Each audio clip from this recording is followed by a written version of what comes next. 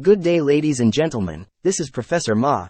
Today, Professor Ma will attempt to seek justice for Singaporean men.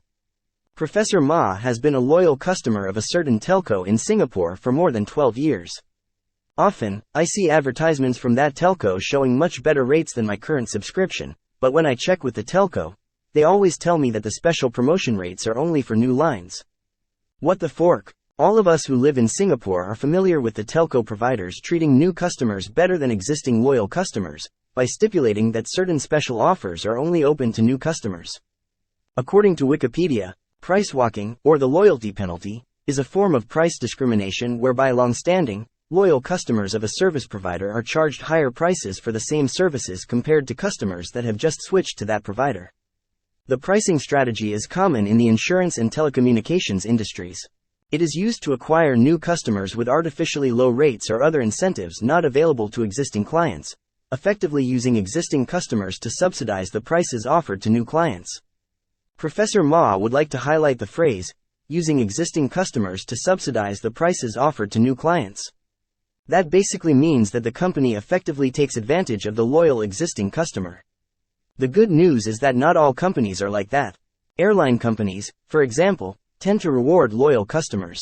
For example, Singapore Airlines has the PPS and the Solitaire PPS Club to reward their frequent flyers. Viewers may be surprised to learn that countries are also like that. For example, in the United States of America, you need to have been born in the country to be president. Legal requirements for U.S. presidential candidates have remained the same since the year George Washington accepted the presidency. As directed by the Constitution, a presidential candidate must be a natural-born citizen of the United States, a resident for 14 years, and 35 years of age or older. However, a certain country treats its new citizens much better than its citizens who were born in that country. At this juncture, Professor Ma would like to issue a health warning. If you are a Singaporean man who has spent 2 years, or 2.5 years for earlier batches, of his life serving in the Singapore Armed Forces or the Singapore Civil Defence Force as a full-time national serviceman, who has had weekends burned by doing guard duty as well as by responding to mobilization exercises, who has spent 3 weeks every year going back for in-camp training, and who has been forced to train vigorously and regularly maintain your fitness level so as to pass the individual physical proficiency test every year, please try not to get too agitated when you hear about this country. In fact, one of the worst aspects of this injustice is that not many people even know about it. No prizes for guessing that the country that treats its new citizens much better than its citizens who were born in that country is our very own Singapore. Let me now explain more about this injustice. Some viewers may have watched one of my earlier videos titled The Shocking Truth About Executive Condominiums, and there is a high chance that you might have wondered what the fork is the big deal with executive condominiums not following the ethnic integration policy?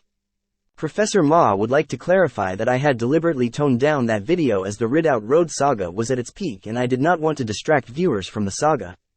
Now Professor Ma will reveal the whole ugly story about executive condominiums. To do so, we will look in particular at the executive condominium known as the 100 Palms Residences. All 531 units of 100 Palms Residences at Yio Chu Kang Road were sold within 7 hours of its launch on the 22nd of July 2017. Professor Ma has recently visited the 100 Palms Residences several times as I have a relative living there. What struck me as rather odd was that a significant proportion of the residents there did not appear to have been born in Singapore.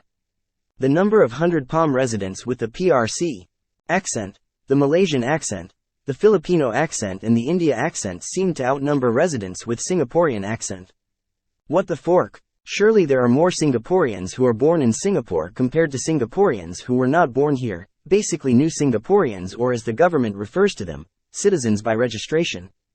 That is obviously the case, so why are there so many new citizens living in 100 Palms Residences?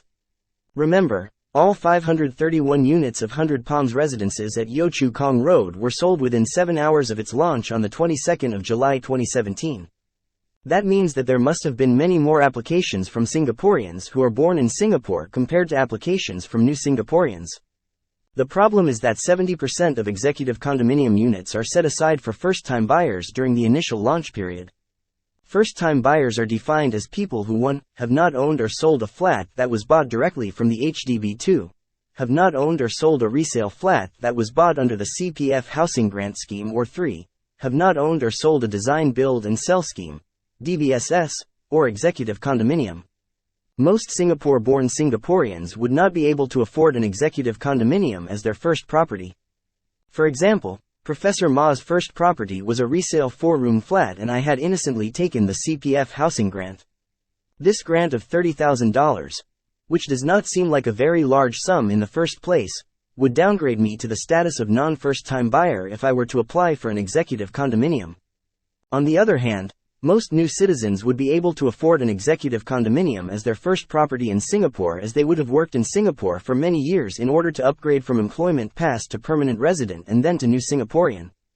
While most of these new Singaporeans would have bought HDB flats when they were permanent resident, they did not get any subsidies then, hence they are still considered first-timers when buying the executive condominium unit.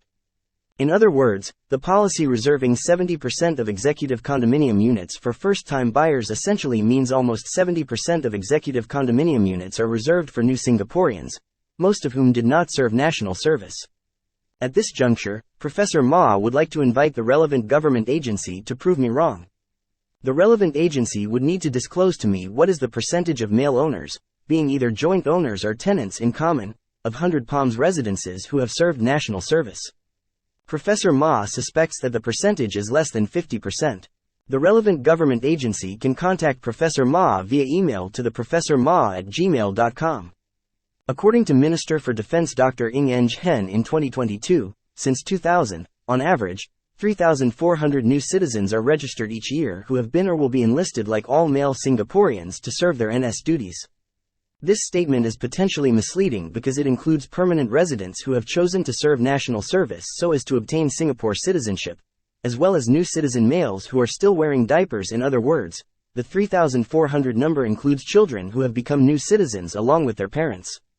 Indrani Rajah, minister in the Prime Minister's office, told Parliament in March 2023 that Singapore granted around 23,100 new citizenships in 2022. With 1,300 going to children born overseas to Singaporean parents, she said.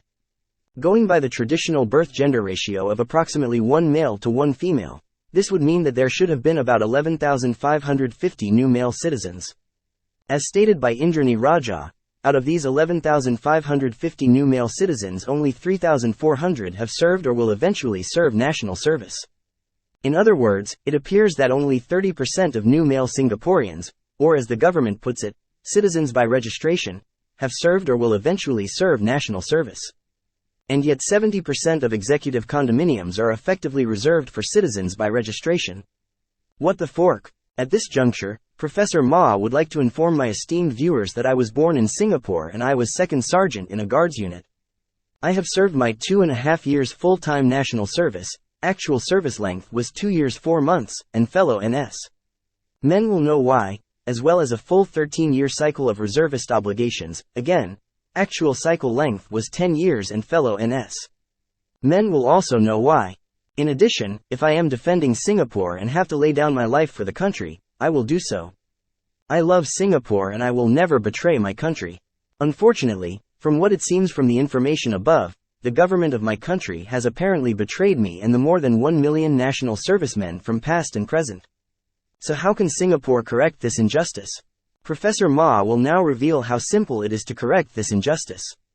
Instead of setting aside 70% of executive condominium units for first-time buyers during the initial launch period, simply set aside 70% of executive condominium units for buyers who have served national service.